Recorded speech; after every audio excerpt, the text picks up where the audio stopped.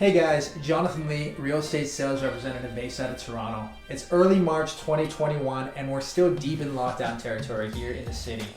The housing market continues to see low inventory, and while all the news outlets are screaming that it's full steam ahead in the real estate market, for me personally, I'm starting to see some slight hesitation and buyer fatigue in the housing market, and I think a lot of this is driven just by COVID burnout. Low interest rates are here to stay, and I'm expecting a lot of moves to come in the future. So we might see a slight low in the market, but we'll have to see how things play out in the upcoming weeks and months. With that said, I want to talk to you about 6 different ways that homes are listed and sold in the Greater Toronto Area. Most home buyers come onto the market and think that buying a home might be similar to how they might buy a used car. Meaning they go see a home, they submit an offer, they negotiate a little bit back and forth, and then they settle on a price and terms. And while that definitely can happen, listing agents get creative, and there are a few different ways that they can maximize a sale and the price that they can get for their sellers. And a lot of that might not immediately be apparent to buyers. As a buyer, you might have seen a listing and thought, wow, that looks like really good value. Or you might have seen a sold listing and thought, how the heck did they get so much above their list price, and how did they get so many offers? Well, this is mostly due to the listing strategy and when and how a seller is going to review their offers. Now, this information is usually just in the brokerage remarks, which is just available to realtors and brokerages. But today I'll give you a deep dive on each of the way that a home is listed and some of the buyer and seller advantages and disadvantages of each one. So let's get into it. Method number 1, list at a price the seller wants to receive, usually at the upper end of market value, and take offers anytime. This is the classic way of selling a house. Now, this is usually done in balanced markets, markets where there are roughly the same number of buyers and sellers. Buyers markets where buyers have a lot of choice. For properties where it might take some time to find the right buyer, so this might be the case in the luxury home market, or in a seller's market when a seller is very motivated to sell and their property might not be in the best of shape. Now, the buyer advantages is usually they're not going to compete on the house and they can contemplate it a little bit more and the condition that it's in. The seller advantage is you can list at a price that you feel comfortable with without feeling that you made a compromise. The seller disadvantage is you're less likely to be able to shop an offer that you receive around and get multiple offers, and if the property sits on the market for too long, it could get stale or get a slight stigma. Method number 2, list slow with an offer date and be open to bully offers. Now, to start off, an offer date is a date where the seller sits down with a listing agent and reviews all the offers that they received. A bully offer, or sometimes called a preemptive offer, is usually an offer that comes in before that offer review date and has great terms, a strong deposit, and usually a great price. Now, this method is usually used in a seller's market when sellers have an urgency to sell quickly, yet they want to maximize their value. Perhaps when a home is not exceptionally beautiful or doesn't have the most buyer appeal, or when either the listing agent or the seller don't have the most confidence in either the property or the market. Now, the seller advantage is that it has a slight higher chance of getting sold over one that's not reviewing a bully offer, because technically it's available from the day that it's been listed. The seller might actually receive a price that's higher than they would have had they waited until their offer date, particularly if a buyer or a buyer's agent misread the market or got caught up in some mania and anticipated the house to sell for a lot more than they would have received on offer date.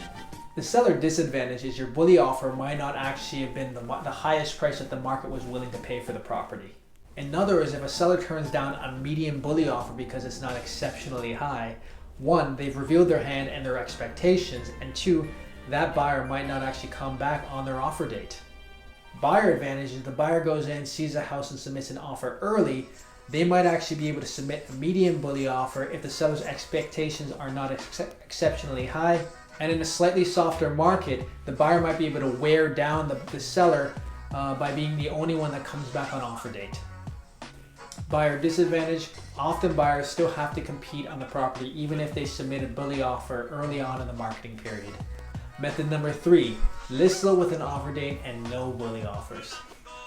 This method works best when it's a strong seller's market, when the property is beautiful or has exceptional features, when the property is in a competitive price point, or otherwise is expected to garner a lot of interest. Now, the seller advantage is they would have a chance to maximize the price that they would get for their home based off of what the market is dictating on their offer date. A seller disadvantage, The property is at the mercy of all the things that happen leading up to that offer date. So poor weather that affects buyer showings, a slew of similar style properties at a similar price point that compete for buyers' attentions, or any other events that can affect the number of buyers or buyer confidence. As well, some buyers just don't like to compete with other buyers on an offer date. Buyer advantage, if you're the only one that shows up on the offer date, you have a distinct advantage. Buyer disadvantage, you're most likely to compete, and if a ton of offers come in on offer date, the price is probably going to get driven up because some buyers are going to act emotionally and submit really high offers due to FOMO or fear of missing out.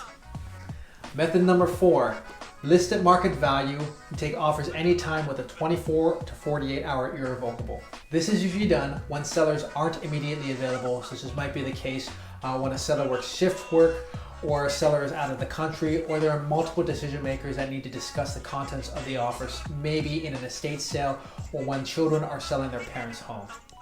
I've also seen this done in a strong seller's market where it's expected that multiple buyers will be walking through the house within the first day or so. Seller advantages, it allows them enough time to react to the offer and consider it. It also allows them enough time to shop around an offer that they receive to other buyers to potentially garner multiple offers. Buyer advantages, if you're quick and prudent and submit an offer early in the marketing period, you might not have to compete with any other offers. Buyer disadvantage, the long irrevocable period usually means that your offer will get shopped around.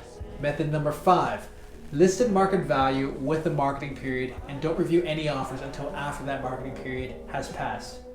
This strategy isn't commonly used in Toronto, but it can be sneakily effective. The seller advantage is ensures enough buyers have seen the listing and have had the opportunity to go through the house. Seller disadvantage, the informal date doesn't set clear expectations and can actually confuse some buyers and buying agents.